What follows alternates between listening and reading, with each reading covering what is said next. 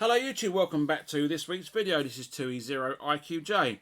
So this radio here is a Tecsun PL660. It's a shortwave, it's an FM and an airband receiver. And I use this near enough every day at work. I also take it out and about when I do HF Portable. That way I can turn this radio on, check what the band's like, check if I've got any interference, and if I've got interference I can move to a different location. But because the bands have been flat recently, I've been listening to other frequencies such as 13 megs, 12 megs. I've been hearing all sorts of weird noises on there. I've been posting them on Twitter. If you haven't already seen it, go ahead and follow me on Twitter, or X as it's called now. I'll put my username on the screen.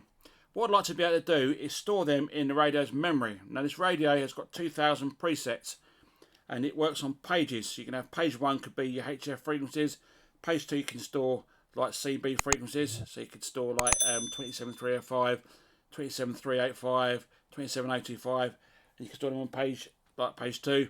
Page 3 you can store your airband frequencies such as 120.4, 134.9 and so on. And page 4 you could do your commercial radio frequencies such as 95.8, 1548 and so on. So how do we go about putting all that in the radio's memory? Well, let's turn the radio on and we'll turn the backlight on.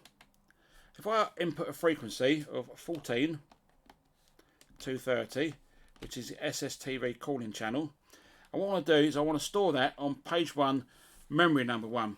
So I'm just going to press memory, and you'll see it saying, it's flashing at the top there, 01 and 17. So using the dial at the side here, I'm going to go down to number 1 and press on memory, and that is now stored in its memory. So now let's store another frequency. Let's store in 27, put the backlight back on, 27305 and press enter. I want to store that in memory number 2, so I'm just going to press memory and go down again with the dial and do that in memory number 2 and press on memory. Now I want to change the page and store a different frequency on a different page. So what I can do is when I press memory, press the page button. So let's input a frequency of 27 to, I would do 385.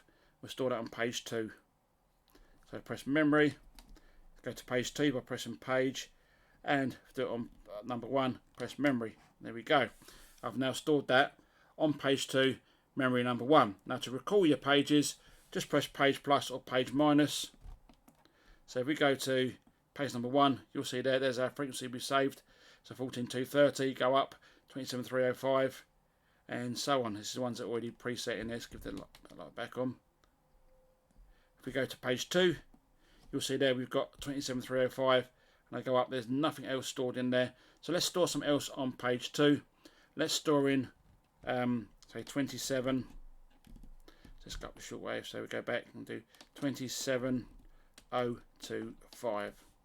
There we go, and we want to put that on AM, so we're going to press SSB, and we should get USB, LSB, we'll do it on AM.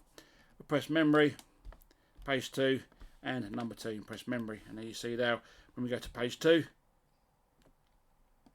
which is the memory, so let's go to page 2, 27.385 and 27.025. And there we go, we just stored it in the radio's memory. It's nice and simple.